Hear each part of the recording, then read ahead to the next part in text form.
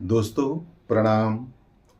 चलिए तो आज हम बात करते हैं रक्षाबंधन पर्व के विषय में, जो भाई बहन के अटूट प्रेम का प्रतीक माना जाता है। यह पर्व दोस्तों, वैसे तो यह पर्व सभी लोग अपने हिसाब से मनाते हैं और मनाना भी चाहिए, बहुत अच्छी बात है। लेकिन आज मैं जो आपको एक तरीका बताने जा रहा हूं, उस तरीके को यदि बहन अपना ले तो मेरा यकीन मानिए, आपका भाई आने वाले रक्षाबंधन तक अर्थात 1 वर्ष के अंदर जहां पर भी होगा ना, उससे 2 गुना 3 गुना आगे बढ़ जाएगा। और चाहे सुख की बात हो, शांति की बात हो, धन दौलत की बात हो, या आरोग्य की बात हो, या सफलता की बात हो, आपका भाई 8 दिशाओं से तरक्की प्राप्त करेगा। ये निश्चित है। ये मैं जो बता रहा हूं, ये तरीका जो है मेरा नहीं है, ये स्वयं शंकर भगवान का तरीका है, जो माँ पार्वती जी को उन्होंने बताया था। उसे स्वरोदय विज्ञान कहते हैं। यानी हमारा स्वर जो होता है वो ही ईश्वर है। जो आप जब भी कोई शुभ कार्य या सिद्ध कार्य करने जाते हो, तब यदि आप आपके स्वर को अच्छी तरह से इस्तेमाल करते हो तो वो ईश्वर बन जाता है। तो ये जो तरीका मैं बता रहा हूं, इसमें स्वर को ईश्वर बनाने का तरीका है। मैं आगे चल के किसी और वीडियो में बहुत अच्छी तरह से इस बात को समझाऊंगा, लेकिन आज जो अपना टॉपिक है वो रक्षाबंधन पे है, रक्षा के ऊपर है, भाई बहन की खुशी के लिए है। तो देखिए दोस्तों, आप चाहे जिस तरह से पूजन कीजिए, आप अपनी धर्म के हिसाब से, मुहूर्त के हिसाब से, जिस तरह से भी करो सब कर लीजिए, मेरी कोई उसमें ना नहीं। लेकिन जब आप भाई को तिलक करो तो जो कुमकुम होता है, उस कुमकुम में आप पीली सरसों थोड़ी सी डाल दीजिए, दाने। जब आप सर्वप्रथम पूजन करते समय यदि भाई के सर पे तिलक लगाते हो तो उस तिलक में 2-3 दाने पीली सरसों के भी होने चाहिए, सर पे चिपकने चाहिए वो। और बाद में चाहे तो आप अक्षत यानी अखंडित चावल भी चिपका सकते हो साथ में। उसके बाद आप जब भाई को रक्षा बांधो यानी राखी बांधो, तो उस समय आपने क्या करना है, राखी जैसे ही आप रखने जा रहे हो भाई के हाथ के ऊपर, उसी वक्त आप अपनी सांस को अंदर खींच लीजिए जैसे, और इस तरह से आपने भाई को राखी बांधनी है, बरोबर है। लेकिन जब आप सांस अंदर खींचोगे तो 5 से 10 सेकंड तक नॉर्मली उसे रोक कर रखिए।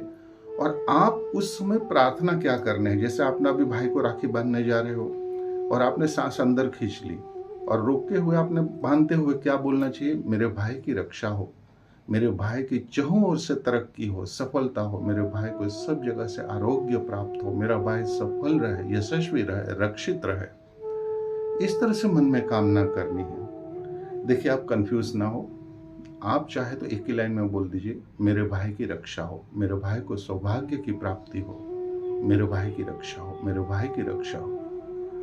तो इस तरह से आपको जो उचित लगे ना, वो पॉजिटिव बात आप भाई के लिए कीजिएगा। उस 10-15 सेकंड में सांस रोकते हुए, काट मारने में ज्यादा से ज्यादा 5 सेकंड 7 सेकंड लग सकती है, 10 सेकंड लग सकती है। तो उस दरमियान आप आपकी सांसों को रोककर ये जो मैं बता रहा हूं वो आपने बोलते रहना चाहिए, मन ही मन।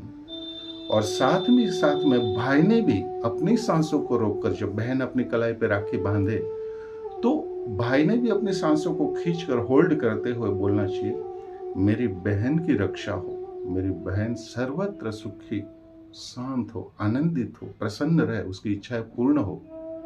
तो इस तरह से आप भाई ने भी यही टेक्निक अपनानी चाहिए, यही तरीका लेना चाहिए, जिससे आने वाले समय में आप स्वयं देख लोगे कि भाई बहन जो है अपने अपने स्थान से बहुत अच्छी तरह से तरक्की और सुख शांति को प्राप्त कर रहे हैं। उनके जीवन में हर कार्य में सफलता प्राप्त हो रही है। आज तक जो कार्य नहीं सफल हो रहा था, इस विधि के बाद आप दोनों के कार्य भी सफल होने लग जाएंगे। और दूसरी जो बातें हैं कि आप जब भाई को स्वीट खिलाएं, तब भी आपको यही तरीका अपनाना चाहिए। यानी जीवन में आप जब भी कभी भी स्वर का इस्तेमाल करोगे तो आपको सफलता बहुत जल्दी हासिल हो जाएगी।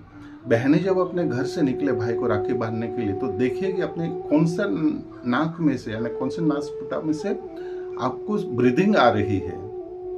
जिस नासिका से आपका स्वर अच्छे से श्वास बाहर आ रहा होगा वो पैर पहले बाहर निकाल दीजिए, और भाई के घर पे आने के पहले भी देखिए कि कौन सा स्वर हमारा चल रहा है। जो स्वर चल रहा होगा नाक में से ना, वो पैर पहले भाई के घर में डाल दीजिए, और देखिए आपकी और भाई की तरक्की किस तरह से होती है। ये बहुत अच्छा प्रयोग है, आप इसे जरूर जरूर कीजिएगा। और संभव हो तो राखी बांधने के बाद आप मिठाई वगैरह खिला दो, उसके बाद 2-3 दाने पीली सरसों के भाई के मुंह में भी आप रख दीजिएगा। आपके भाई के ऊपर नजर, टोना टोटका दिए या कुछ भी होगा, नकारात्मक चीज होगी ना, तो वो भी उसी पल दूर हो जाएगी। आप सभी लोग का रक्षाबंधन अच्छा रहे, भाई बहन का अटूट प्रेम बना रहे, भगवान की हम सब पर आशीर्वाद और अच्छी कामना बनी रहे। और मैं अंत में उम्मीद करता हूं कि मेरी बात आप सभी को अच्छी तरह से समझ में आई होगी। ओम नमः शिवाय।